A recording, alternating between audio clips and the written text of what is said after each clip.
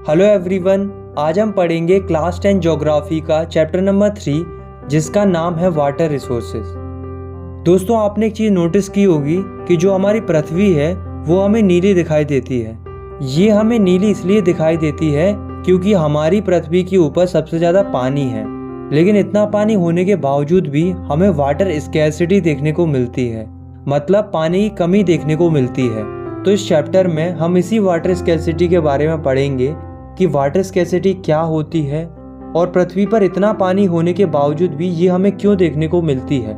इसके साथ साथ हम वाटर कंजर्वेशन और मैनेजमेंट के बारे में पढ़ेंगे, मल्टीपर्पज़ प्रोजेक्ट्स के बारे में पढ़ेंगे, रेन वाटर हार्वेस्टिंग के बारे में पढ़ेंगे और भी कई सारे टॉपिक्स के बारे में पढ़ेंगे जो कि वाटर रिसोर्सेज से रिलेटेड हैं। तो चलिए स्टार्ट करते हैं इस चैप्टर को।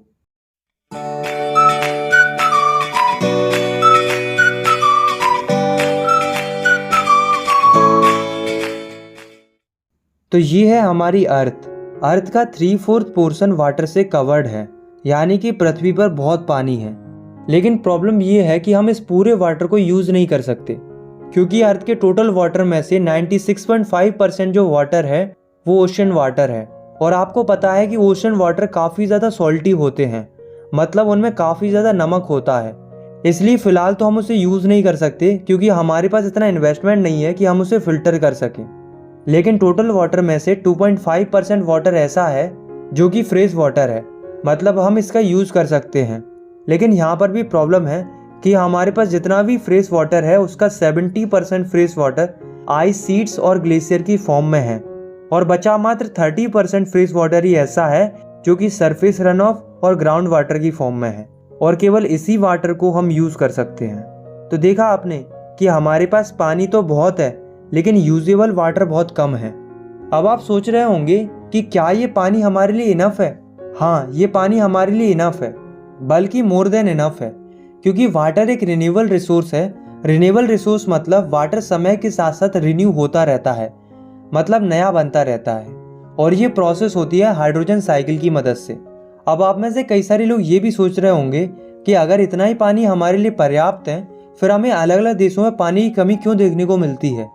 और जहाँ तक कि कई सारे साइंटिस्ट ये भी प्रेडिक्ट करते हैं कि 2025 तक आते आते दुनिया के 2 बिलियन लोग, यानी कि 20 करोड़ लोग वाटर स्कैर्सिटी से पीड़ित रहेंगे, मतलब पानी की कमी को झेलेंगे। तो ऐसा क्यों है? तो देखो, मैंने आपको पिछले चैप्टर में बताया था कि अगर हम नेचर की किसी भी चीज़ को अपनी नीड के लिए यूज़ करते हैं, मतलब ज़रूरत के लिए यूज़ करते हैं, तो वो हमारे लिए पर्याप्त मात्रा में है। लेकिन अगर हम किसी चीज़ को ग्रीड के लिए यूज़ करते हैं, मतलब लालच के लिए यूज़ करते हैं, तो भले ही वो रिन्यूएबल रिसोर्स ही क्यों ना हो, उसकी कमी हमें ज़रूर महसूस होती है।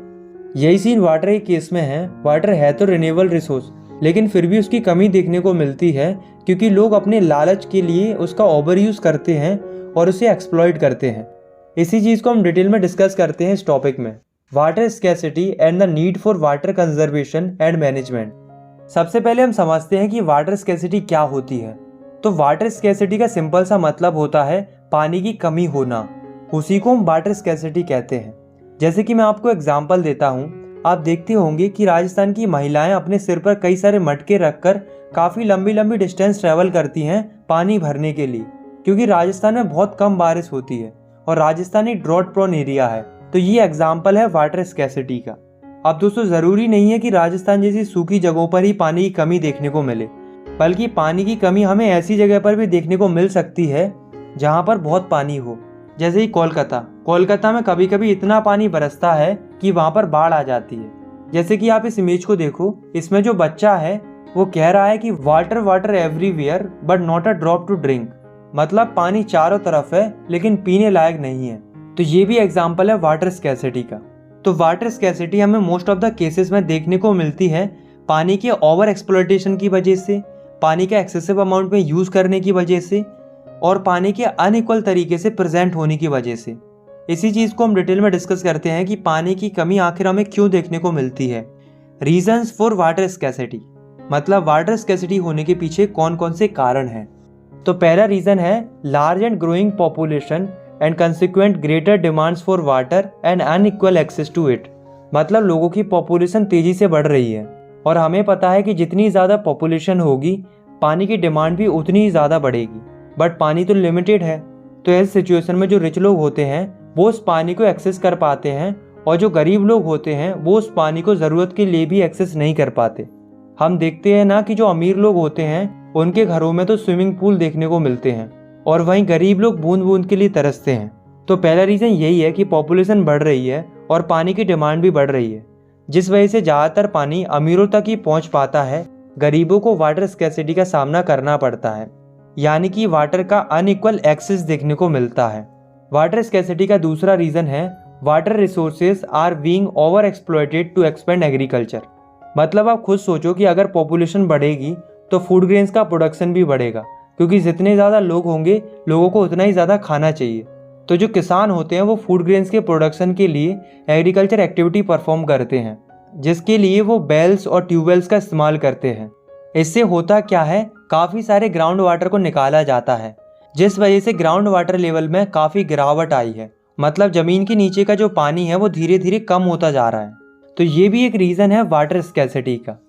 थर्ड रीज़न है increasing industries has made matters worse by exerting pressure on existing fresh water. मतलब जैसे जैसे समय निकल रहा है वैसे वैसे इंडस्ट्रीज़ भी डेवलप हो रही हैं, जिस वजह से इंडस्ट्रीज़ को रन कराने के लिए भी काफ़ी एक्सेसिव अमाउंट में पानी का यूज़ किया जाता है। और ना केवल पानी का यूज़ किया जाता है बल्कि इंडस्ट्रीज़ का जो वेस्ट वाटर निकलता है उसे भी रिवर्स में छोड़ दिया जाता है, जिससे जो फ्रेश वाटर होता है वो भी अफेक्ट होता है। तो जो इंडस्ट्रीज़ होती हैं वो बहुत बुरा प्रेशर एक्सर्ट करती हैं फ्रेश वाटर के ऊपर। केवल इतना ही नहीं बल्कि इंडस्ट्रीज़ को रन कराने के लिए जो हैवी इलेक्ट्रिसिटी चाहिए होती है वो हाइड्रो इलेक्ट्रिसिटी होती है, जो कि फ्रेश वाटर से ही डेवलप की जाती है। इनफैक्ट इंडिया में टोटल इलेक्ट्रिसिटी में से 22% इलेक्ट्रिसिटी हाइड्रो इलेक्ट्रिसिटी ही होती है। तो इंडस्ट्रीज़ का होना भी एक मेजर रीज़न है वाटर स्कैर्सिटी के पीछे। चौथा रीज़न है over exploitation of water in urban areas. मतलब अर्बन एरियाज में यानी कि शहरी इलाकों में पानी का ओवर एक्सप्लॉयटेशन होता है, जिसकी वजह से शहरों में भी वाटर स्कैर्सिटी देखने को मिलती है। अब शहरों में वाटर स्कैर्सिटी क्यों देखने को मिलती है, इसे हम थोड़ा डिटेल में पढ़ते हैं। देखो, ये समस्या हमें इसलिए देखने को मिलती है क्योंकि अर्बनाइजेशन हो रहा है। अर्बनाइजेशन मतलब जो गाँव के लोग हैं वो धीरे धीरे शहरों की तरफ बढ़ने लगे हैं, जिससे शहरों की पॉपुलेशन बढ़ रही है। और ऑब्वियस ही बात है कि जब शहरों की पॉपुलेशन बढ़ेगी तो पानी की डिमांड भी बढ़ेगी। तो पानी की ज़रूरत को पूरा करने के लिए लोगों ने क्या किया कि खुद के ग्राउंड वाटर पंपिंग डिवाइसेस लगाना शुरू कर दिया, मतलब बोरवेल वगैरह करवाना शुरू कर दिया। अब इससे हुआ क्या कि लोगों की कुछ हद तक पानी की ज़रूरत तो पूरी हो गई, लेकिन जैसे ही लोगों ने एक्सेसिव अमाउंट में ग्राउंड वाटर निकालना शुरू किया तो जो ग्राउंड वाटर लेवल था वो डिक्रीज हो गया, जिससे हमें शहरों में भी वाटर स्कैर्सिटी देखने को मिली। हम देखते हैं ना कि कई सारे घरों में जो पानी की मोटर होती है वो बहुत जल्दी पानी छोड़ जाती है, तो ये ग्राउंड वाटर लेवल के डिक्रीज होने की वजह से ही होता है। तो अर्बनाइजेशन भी एक मेजर रीज़न है वाटर स्कैर्सिटी का। तो अभी तक हमने वाटर स्कैर्सिटी के जितने भी रीज़न डिस्कस किए वो क्वांटिटेटिव रीज़न थे, मतलब पानी की अवेलेबिलिटी ही नहीं थी। लेकिन अब हम जो रीज़न डिस्कस करेंगे वो क्वालिटेटिव रीज़न होंगे, मतलब पानी अवेलेबल तो होगा बट वो पीने लायक नहीं होगा। तो वाटर स्कैर्सिटी का पांचवा रीज़न है area where water is sufficiently available to meet the needs of the people but the area still suffer from water scarcity due to the bad quality of water. मतलब लोगों की ज़रूरत के लिए पानी कई जगहों पर सफिशिएंटली अवेलेबल होता है लेकिन फिर भी वाटर स्कैर्सिटी देखने को मिलती है। तो ऐसा इसलिए होता है क्योंकि पानी अवेलेबल तो है बट वो पानी बैड क्वालिटी ऑफ वाटर है, मतलब वो पानी पीने लायक नहीं है। अब वो पानी पीने लायक क्यों नहीं है, तो ऐसा इसलिए है क्योंकि घरों से और इंडस्ट्री से जो वेस्टेज निकलता है उसे सीधा पानी में छोड़ दिया जाता है, जिससे वो पॉल्यूट हो जाता है। दूसरा, हम एग्रीकल्चर के लिए कई सारे केमिकल्स, पेस्टिसाइड्स और फर्टिलाइजर्स का यूज़ करते हैं। तो ये सारी चीज़ें जब लैंड से वाटर तक पहुँचती हैं तो जो वाटर होता है वो काफ़ी नुकसानदायक हो जाता है लोगों के यूज़ के लिए। तो यहाँ तक हमने कई सारे रीजंस डिस्कस किए जो कि रिस्पॉन्सिबल है वाटर स्कैर्सिटी के पीछे। चलो सारे रीजंस को एक बार समराइज करते हैं। तो पहला रीज़न है ग्रोइंग पॉपुलेशन, दूसरा है इंटेंस एग्रीकल्चर, तीसरा है इंडस्ट्रियलाइजेशन, चौथा है अर्बनाइजेशन और पांचवा है water pollution. So I hope आप लोग समझ गए होंगे कि वाटर स्कैर्सिटी के पीछे कौन कौन से रीज़न होते हैं। तो इस पानी की कमी को देखकर गवर्नमेंट ऑफ इंडिया ने एक कदम उठाया, मतलब एक मिशन लॉन्च किया जिसको बोला गया जल जीवन मिशन JJM। इसे शुरू किया गया था to improve the quality of life and enhance ease of living of people specially those in rural areas. मतलब रूरल एरियाज में जो लोग रहते हैं उनकी लाइफ को बेहतर बनाने के लिए इस मिशन को लॉन्च किया गया था। इस मिशन का जो ऑब्जेक्टिव था यानी कि गोल था वो ये सुनिश्चित करना था कि हर एक ग्रामीण परिवार को पोर्टेबल पाइप वाटर सप्लाई मिल रही है या नहीं। इस मिशन के मुताबिक हर एक व्यक्ति को प्रतिदिन 55 लीटर पानी रेगुलर बेसिस पर मिलना चाहिए। ये इस मिशन का ऑब्जेक्टिव था। अब एक सवाल आता है, why do we need for conservation and management, मतलब पानी को कंजर्व और मैनेज करने की क्या ज़रूरत है। तो ऐसा इसलिए है क्योंकि अगर हम पानी को बचाएंगे नहीं और मैनेज नहीं करेंगे तो हमें कई सारी प्रॉब्लम्स देखने को मिल सकती हैं, जैसे कि हेल्थ हजार्ड्स देखने को मिल सकती है, यानी कि बीमारियां देखने को मिल सकती हैं। दूसरा, फूड सिक्योरिटी देखने को मिल सकती है, यानी कि खाने की कमी देखने को मिल सकती है, क्योंकि अगर हम पानी को मैनेज नहीं करेंगे तो क्रॉप्स भी नहीं उग पाएंगी, जिसके चलते फूड सिक्योरिटी देखने को मिलेगी। तीसरा, अगर हमने पानी को कंजर्व और मैनेज नहीं किया तो जो पूरा नेचुरल इकोसिस्टम है वो डिग्रेड कर जाएगा, यानी कि बर्बाद हो जाएगा।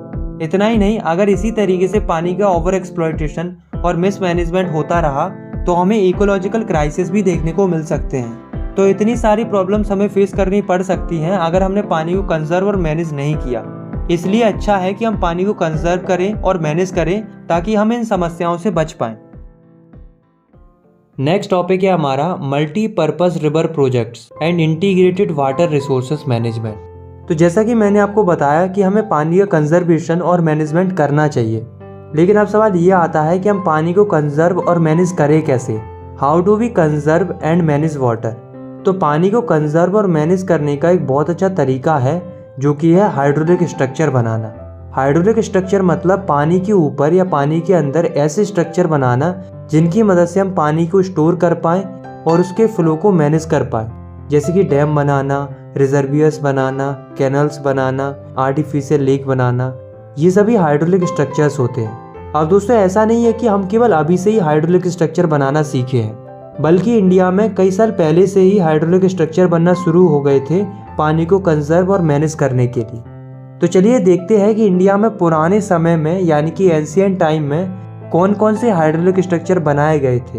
Hydraulic structure in ancient India.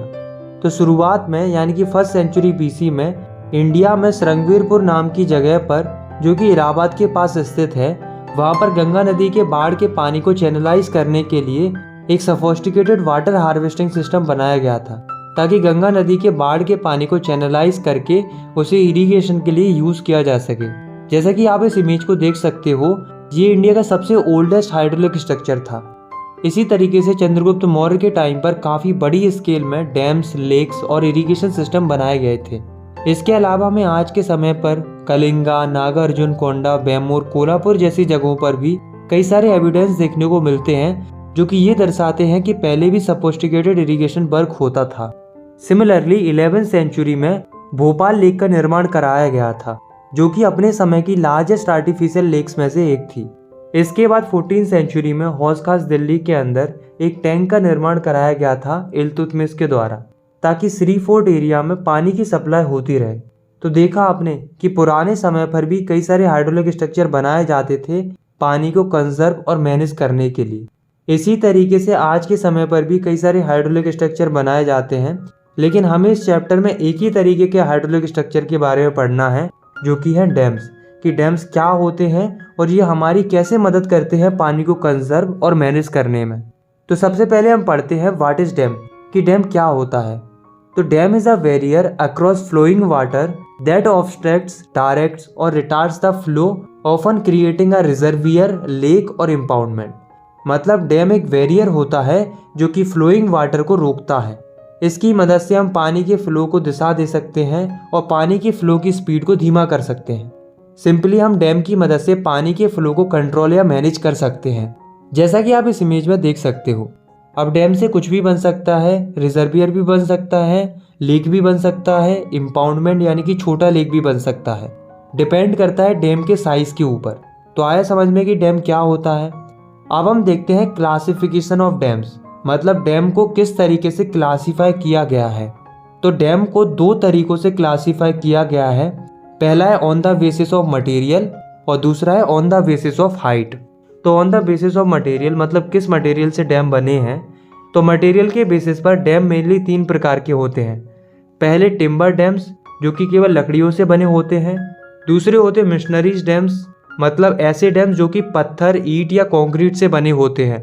और तीसरे होते हैं एम्बांकमेंट डैम्स, जो कि एडवांस तरीके के डैम होते हैं। इसमें soil, rock, wood, metal, plastic, mould हर तरीके की चीज़ों का यूज़ होता है।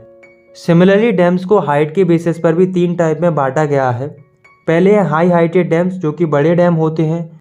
और दूसरे होते हैं मीडियम हाइटेड डैम, जो कि मीडियम साइज़ के होते हैं। और तीसरे होते हैं लो हाइटेड डैम, जो कि छोटे डैम होते हैं।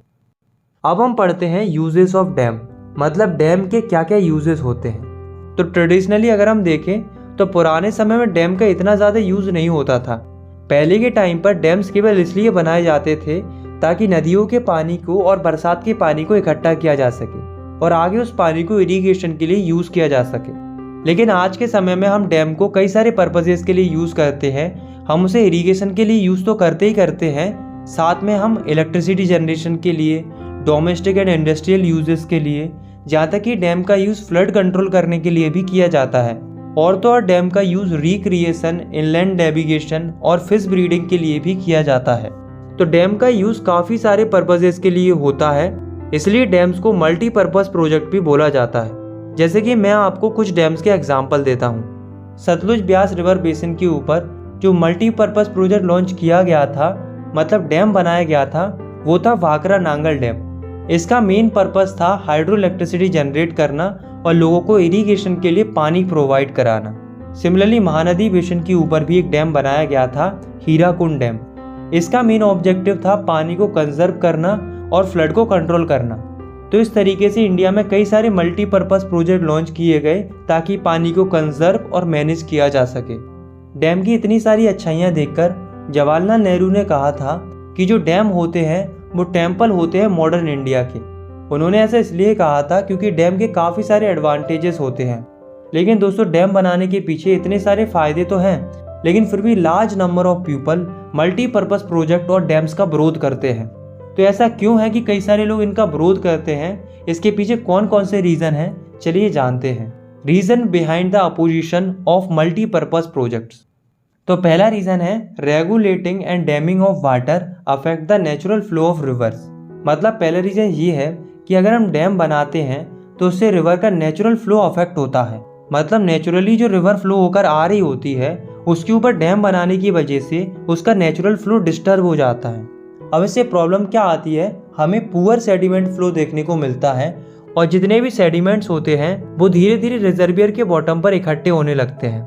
इसे मैं आपको थोड़ा अच्छे से समझाता हूँ। जैसे मान लो ये रिवर है और इस रिवर के ऊपर डैम बना हुआ है। अब जो वाटर फ्लो करेगा वो यहाँ से आसानी से निकल जाएगा, बट जो वाटर के सेडिमेंट्स होंगे यानी कि छोटे छोटे कण होंगे वो डैम की वजह से आगे नहीं जा पाएंगे और वो वहीं पर बॉटम पर इकट्ठे होने लगेंगे। तो जिन सेडिमेंट्स को आगे जाना चाहिए था वो डैम की वजह से रिजर्वियर के बॉटम पर इकट्ठे होने लगते हैं, जिससे क्या होता है, पुअर सेडिमेंट फ्लो देखने को मिलता है। डैम बनाने की वजह से रॉकियर स्ट्रीम बेड फॉर्म हो जाता है, यानी कि पत्थर वाली सरफेस क्रिएट हो जाती है। प्लस जो एक्वाटिक लाइफ होती है उसका हैबिटेट यानी कि जीवन भी कमज़ोर पड़ने लगता है। डैम बनने की वजह से एक्वाटिक फोना का यानी कि जीव जंतुओं का माइग्रेट और स्पैनिंग करना डिफ़िकल्ट हो जाता है। इसके अलावा जब रिजर्वियर्स क्रिएट होते हैं तो आसपास के कई सारे पेड़ पौधे और जो मिट्टी होती है वो पानी में सबमर्ज हो जाती है, यानी कि डूब जाती है, जिससे डीकम्पोजिशन होता है, यानी कि वे पेड़ पौधे और मिट्टी सड़ने लगती है, यानी कि खराब हो जाती है। दूसरा रीजन है multipurpose projects and large dams have also been cause of many social movements like Narmada Bachao Andolan and the tehri dam आंदोलन। मतलब मल्टीपर्पज प्रोजेक्ट या बड़े बड़े डैम जब बनते हैं तो इसके विरोध में कई सारे सोशल मूवमेंट्स देखने को मिलते हैं, यानी कि सामाजिक आंदोलन देखने को मिलते हैं, जैसे कि Narmada Bachao Andolan and tehri dam आंदोलन। तो ऐसा क्यों होता है? तो ऐसा इसलिए होता है क्योंकि लार्ज स्केल डिस्प्लेसमेंट होता है लोकल कम्युनिटी का। मतलब जिस जगह पर डैम बनना होता है उसके आसपास के लोगों को, यानी कि वहाँ की लोकल कम्युनिटी को वहाँ से हटाया जाता है और वही लोग आंदोलन करते हैं, क्योंकि लोकल लोगों को अपनी लैंड और अपना लाइवलीहुड छोड़ना पड़ता है। इतना सेक्रीफाइस करने के बावजूद भी इन लोकल कम्युनिटीज़ को डैम बनने का उतना फ़ायदा नहीं मिलता जितना बाकियों को मिलता है। असली फ़ायदा मिलता है बड़े बड़े किसानों को, इंडस्ट्रियलिस्ट को और शहरी लोगों को। तो देख रहे हो कि प्रॉब्लम इन लोगों को फेस करनी पड़ रही है, मतलब इन्हें अपनी जगह छोड़ के जानी पड़ रही है और बेनिफिट अमीर लोगों को मिल रहा है। इसलिए लोकल लोग इसका विरोध करते हैं और आंदोलन करते हैं। तीसरा रीज़न है irrigation has change the cropping pattern. In many region farmers shifted to water intensive or commercial crop. देखो, डैम बनने की वजह से किसानों को आसानी से पानी मिल जाता है इरिगेशन के लिए। यही देखकर कई सारे किसान ऐसी क्रॉप्स उगाने लग गए हैं जिनमें काफ़ी ज़्यादा पानी का यूज़ होता है बट प्रॉफिट भी बहुत ज़्यादा होता है। यानी कि किसान water intensive or commercial crops उगाने लग गए हैं। अब इससे हो क्या रहा है कि जो सॉइल है वो सलाइन होती जा रही है, यानी कि मिट्टी नमकीन होती जा रही है क्योंकि खेतों में ज़्यादा पानी दिया जा रहा है। वहीं दूसरी ओर डैम बनने की वजह से सोसाइटी में सोशल गैप बढ़ रहा है, रिच फार्मर्स के बीच में और पुअर फार्मर्स के बीच में। कैसे? देखो, मान लो दो किसान हैं, एक किसान डैम के पास है और दूसरा डैम से दूर है। अब आप खुद सोचो किसको अच्छी वाटर सप्लाई मिलेगी? ऑब्वियसली इसको, क्योंकि ये डैम के पास है। तो अच्छी वाटर सप्लाई की वजह से ये किसान ज़्यादा अच्छी क्रॉप उगा पाएगा और धीरे धीरे ये अमीर हो जाएगा। वहीं इस वाले किसान को वाटर की उतनी अच्छी सप्लाई नहीं मिल पाएगी क्योंकि ये डैम से दूर है, तो ये किसान वहीं का वहीं रह जाएगा। इतना ही नहीं बल्कि कॉन्फ्लिक्ट्स भी देखने को मिलते हैं इस बात को लेकर कि पानी का बेनिफिट कुछ लोगों को मिलता है, कुछ लोगों को नहीं मिलता।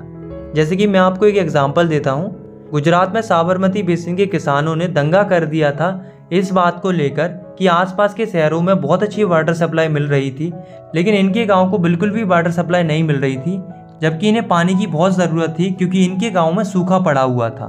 तो देखा आपने कि डैम बनने की वजह से कैसे सोशल गैप बढ़ रहा है लोगों के बीच में। चौथा रीज़न है inter state water disputes are also becoming common with regard to sharing the cost and benefits of the multipurpose project. मतलब मल्टीपर्पज प्रोजेक्ट्स का कॉस्ट एंड बेनिफिट किसको मिलेगा, इस बात को लेकर भी कई सारे स्टेट्स के बीच में डिस्प्यूट होता है, यानी कि विवाद देखने को मिलता है। जैसे कि मैं आपको एक एग्जाम्पल से समझाता हूँ। एग्जाम्पल है कृष्णा गोदावरी डिस्प्यूट का। तो हुआ क्या कि महाराष्ट्र गवर्नमेंट ने कृष्णा रिवर पर डैम बना दिया। अब इससे क्या हुआ कि कर्नाटक और आंध्र प्रदेश में जो पानी आता था कृष्णा रिवर का, वो आना कम हो जाता है क्योंकि उस रिवर पर डैम बन गया था। इससे क्या होता है, इन स्टेट में एग्रीकल्चर और इंडस्ट्रीज के ऊपर बहुत बुरा इम्पैक्ट पड़ता है। तो जो आंध्र प्रदेश और कर्नाटक की गवर्नमेंट थी वो परेशान होकर ऑब्जेक्शन उठाती है महाराष्ट्र गवर्नमेंट के अगेंस्ट में। यानी कि पानी के लिए स्टेट्स के बीच में डिस्प्यूट देखने को मिला, यानी कि विवाद देखने को मिला। तो इससे हमें पता चला कि डैम या मल्टीपर्पज प्रोजेक्ट की वजह से इंटर स्टेट डिस्प्यूट्स भी देखने को मिलते हैं। पांचवा रीज़न है most of objective of the project are fail to achieve the purpose for to which they are built. मतलब जिस उद्देश्य के लिए डैम बनाए जाते हैं अक्सर ऐसा होता है कि डैम उसी पर्पस को पूरा नहीं कर पाते। देखो, डैम बनाने का एक मेजर ऑब्जेक्टिव ये होता है कि डैम बनाने से फ्लड को कंट्रोल किया जा सकता है, बट ज़्यादातर केसेस में बाढ़ आने का कारण डैम ही होते हैं। कैसे? देखो, मैंने आपको बताया था कि डैम बनने की वजह से जो सेडिमेंट्स होते हैं वो फ्लो नहीं कर पाते और वो बॉटम में इकट्ठे होते जाते हैं। एक टाइम ऐसा आता है कि बॉटम में बहुत सारा सेडिमेंट जमा हो जाता है। तो ऐसी सिचुएशन में जब थोड़ी ही ज़्यादा बारिश होती है तो डैम का पानी ओवरफ्लो कर जाता है और बाढ़ आ जाती है। तो लाइन समझ में आई कि डैम जिस पर्पज़ के लिए बनाए जाते हैं अक्सर ऐसा होता है कि डैम उसी पर्पज़ को पूरा करने में फेल हो जाते हैं। जैसे कि डैम इसलिए बनाए जाते हैं ताकि फ्लड को कंट्रोल किया जा सके, बट डैम्स फ्लड को कंट्रोल करने की बजाय और ज़्यादा ट्रिगर कर देते हैं क्योंकि रिजर्वियर के अंदर सेडिमेंटेशन होता है, यानी कि सेडिमेंट्स इकट्ठे हो जाते हैं बॉटम में। इसलिए जो बड़े बड़े डैम होते हैं वो अनसक्सेसफुल हो जाते हैं फ्लड को कंट्रोल करने में जब एक्सेसिव रेनफॉल होती है, और बाढ़ आने की वजह से काफ़ी ज़्यादा लाइफ एंड प्रॉपर्टी का नुकसान होता है, यानी कि जान माल का नुकसान होता है। तो ये कुछ रीजंस हैं जिनकी वजह से लोग डैम्स का और मल्टीपर्पज़ प्रोजेक्ट का विरोध करते हैं। तो एक बार मैं इन सारे रीजंस को समराइज़ करके लिख देता हूँ, आप चाहे तो इनका स्क्रीनशॉट ले सकते हो या फिर लिख सकते हो। तो ये सारे रीजंस देखने के बाद हमें ये पता चलता है कि वाटर को कंजर्व और मैनेज करने के लिए डैम बनाना एक अच्छा ऑप्शन हो सकता है, बट सबके लिए अच्छा ऑप्शन नहीं हो सकता क्योंकि डैम बनाने के फ़ायदे तो हैं बट नुकसान भी कई सारे हैं। नेक्स्ट टॉपिक है हमारा रेन वाटर हार्वेस्टिंग। अब देखो, डैम बनाने के कई सारे नुकसान होते हैं, इसलिए डैम बनाना एक अच्छा ऑप्शन नहीं हो सकता। इसलिए डैम का एक अल्टरनेटिव है जो कि है रेन वाटर हार्वेस्टिंग करना। मतलब पानी को कंजर्व और मैनेज करने के लिए हम डैम बनाने की बजाय रेन वाटर हार्वेस्टिंग कर सकते हैं। तो रेन वाटर हार्वेस्टिंग क्या होती है? तो rain water harvesting is the collection and storage of rain water. मतलब बरसात के पानी को कलेक्ट करना और उसे स्टोर करना ही रेन वाटर हार्वेस्टिंग होती है। आप रेन वाटर हार्वेस्टिंग को इस पिक्चर के माध्यम से बहुत अच्छे से समझ सकते हो कि रेन वाटर हार्वेस्टिंग का सिस्टम कैसा होता है। तो अब हम देखते हैं कि इंडिया में रेन वाटर हार्वेस्टिंग कैसे की जाती है। तो काफ़ी पुराने समय से ही इंडिया में रेन वाटर हार्वेस्टिंग की जाती है। जैसे कि ट्रेडिशनली इंडिया के हिल्स एंड माउंटेनियस रीजन्स में, यानी कि पहाड़ी वाले इलाकों में लोग क्या करते हैं, डाइवर्जेंस चैनल्स बनाते हैं जिन्हें वेस्टर्न हिमालयाज में गुल्स एंड कुल्स कहा जाता है। इन्हीं चैनल्स की मदद से बरसात के पानी को इकट्ठा किया जाता है और फिर इसे एग्रीकल्चर के लिए यूज़ किया जाता है। सिंपली क्या होता है, पहाड़ों वाले रीजन में पानी को इकट्ठा करने के लिए नीचे एक गड्ढा खोद दिया जाता है, जिसमें जब बारिश होती है तो डाइवर्जन चैनल्स की मदद से पानी बहकर उस गड्ढे में भर जाता है और फिर उस गड्ढे के पानी को बाद में ज़रूरत पड़ने पर एग्रीकल्चर के लिए यूज़ कर लिया जाता है। इसी तरीके से राजस्थान वाले रीजन में रूफटॉप रेन वाटर हार्वेस्टिंग देखने को मिलती है, जिसे कॉमनली यूज़ किया जाता है ड्रिंकिंग वाटर को स्टोर करने के लिए। इसमें क्या होता है, जब बारिश होती है तो जो छत पर पानी आता है उसे पाइप के थ्रू स्टोर कर लिया जाता है और फिर उस पानी को ज़रूरत पड़ने पर बाद में यूज़ कर लिया जाता है। ये सिस्टम मेनली हमें राजस्थान में देखने को मिलता है। ठीक इसी प्रकार से बंगाल के फ्लड प्लेन एरियाज़ में, मतलब ऐसे एरियाज़ में जहाँ पर बाढ़ आने का खतरा ज़्यादा रहता है, वहाँ के लोग क्या करते हैं, इनंडेशन चैनल्स बनाते हैं फील्ड्स को इरिगेट करने के लिए। मतलब जो रिवर्स होती हैं उनमें से कैनल्स बना दिए जाते हैं जिन्हें इनंडेशन चैनल बोला जाता है। और जब रिवर का वाटर ओवरफ्लो करता है तो इन्हीं इनंडेशन चैनल्स की मदद से पानी को यूज़ कर लिया जाता है इरिगेशन के लिए। इसके बाद हमारी इंडिया के एरिड और सेमी एरिड रीजन में एग्रीकल्चर फील्ड्स को कन्वर्ट कर दिया जाता है रेनफीड स्टोरेज स्ट्रक्चर्स में, ताकि बरसात के समय पर उस मिट्टी में पानी को रोका जा सके और मिट्टी में नमी बनी रहे। जैसे कि हम एग्जांपल लेते हैं खादिन और जोहर्ट्स का। इसमें क्या होता है, जो ढलान वाली जगह होती है वहाँ पर हम कुछ इस तरीके का बैरियर टाइप का बना देते हैं। इससे क्या होता है, जब बारिश होती है तो जो पानी होता है वो बैरियर की वजह से यहाँ रुक जाता है, जिससे सॉइल में मॉइस्चर बना रहता है और सॉइल की फर्टिलिटी अच्छी हो जाती है। और फिर जब बारिश नहीं होती है तब इस मॉइस्चर ज़मीन को यूज़ कर लिया जाता है एग्रीकल्चर के लिए। इस तरह के मेथड को खादिन बोला जाता है जैसलमेर में, और अलग अलग जगहों पर इसे जोहर्ट्स भी बोला जाता है। इसी तरीके से सेमी एरिड और एरिड रीजन्स ऑफ राजस्थान में, यानी कि बीकानेर, पलौड़ी एंड बेमोर रीजन में ऑलमोस्ट हर घर में अंडरग्राउंड टंकास और टैंक्स देखने को मिलते हैं ड्रिंकिंग वाटर को स्टोर करने के लिए। जैसा कि आप इस इमेज में देख सकते हो, इस तरीके के अंडरग्राउंड टंकास देखने को मिलते हैं और ये टंकास काफ़ी बड़े बड़े होते हैं, लगभग एक कमरे जितने साइज के होते हैं। इसमें क्या होता है, छत से एक पाइप कनेक्टेड रहता है और जब बारिश होती है तब पानी पाइप के थ्रू टंकास में स्टोर हो जाता है और फिर उस पानी को बाद में यूज़ कर लिया जाता है ज़रूरत पड़ने पर। अब हम देखते हैं कि जो ये अंडरग्राउंड टंकास बनाए जाते हैं उसमें पानी स्टोर करने के फ़ायदे क्या होते हैं। Advantages of water storage in टंकास। तो देखो, टंकास का पहला फ़ायदा ये है कि टंकास जो है वो काफ़ी रिलायबल सोर्स माने जाते हैं ड्रिंकिंग वाटर को स्टोर करने के लिए अदर सोर्स के कंपैरिजन में, क्योंकि अदर सोर्सेज के अंदर पानी बहुत जल्दी सूख जाता है, वही टंकास के अंदर पानी जल्दी नहीं सूखता, क्योंकि टंकास ज़मीन के नीचे होते हैं और जो वाटर होता है वो लंबे समय तक स्टोर रहता है। टंकास का दूसरा फ़ायदा ये है कि टंकास ज़मीन के नीचे बनाए जाते हैं, इसलिए ये पूरे रूम को ठंडा रखते हैं। अच्छा, एक पॉइंट याद रखना कि जो रेन वाटर होता है, यानी कि बरसात का पानी होता है, उसे राजस्थान में पलार पानी बोला जाता है। दोस्तों, आज के समय की अगर हम बात करें तो जो रूफटॉप हार्वेस्टिंग सिस्टम है वो इतना यूज़ नहीं हो रहा है जितना पहले होता था। इसके पीछे कारण ये है कि जो इंदिरा गांधी कैनल का निर्माण कराया गया था उससे पूरे राजस्थान में अच्छी वाटर सप्लाई हो रही है, लेकिन फिर भी कई सारे घरों में अभी भी लोग टंकास का यूज़ करते हैं क्योंकि उन्हें टैप वाटर का टेस्ट पसंद नहीं आता। अब हम एक गाँव की स्टोरी पढ़ते हैं जो कि हमारे इस टॉपिक से रिलेटेड है। गांव का नाम है गेंडाथुर, जो कि कर्नाटक का एक गांव है। वहाँ क्या था, पानी की बहुत ज़्यादा कमी थी, तो उन्होंने अपनी समस्या को खुद से समझा और खुद से स्टेप लेना शुरू कर दिया। उन्होंने क्या किया, अपने पूरे गांव में यानी कि लगभग 200 घरों में रेन वाटर हार्वेस्टिंग सिस्टम खुद से इंस्टॉल कर दिया, यानी कि टंकास वगैरह बना दिए। आज के समय में इस गांव के 200 घर साल भर में 1 lakh litre rain water harvest करते हैं, यानी कि स्टोर करते हैं और यूज़ करते हैं। इसी टॉपिक से रिलेटेड एक फैक्ट है कि जो तमिलनाडु की गवर्नमेंट है उसने rooftop rain water harvesting structure बनाना कंपलसरी कर दिया है, और जो भी इसका उल्लंघन करेगा उसको पनिश करने के लिए गवर्नमेंट के द्वारा कई सारे लीगल प्रोविजंस भी बनाए गए हैं। ऐसा करने वाला तमिलनाडु एक पहला स्टेट है। लास्ट टॉपिक है हमारा बैम्बू ड्रिप इरिगेशन सिस्टम। तो ये जो सिस्टम है वो 200 साल पुराना सिस्टम है जो कि मेघालय में सबसे ज़्यादा प्रचलित है।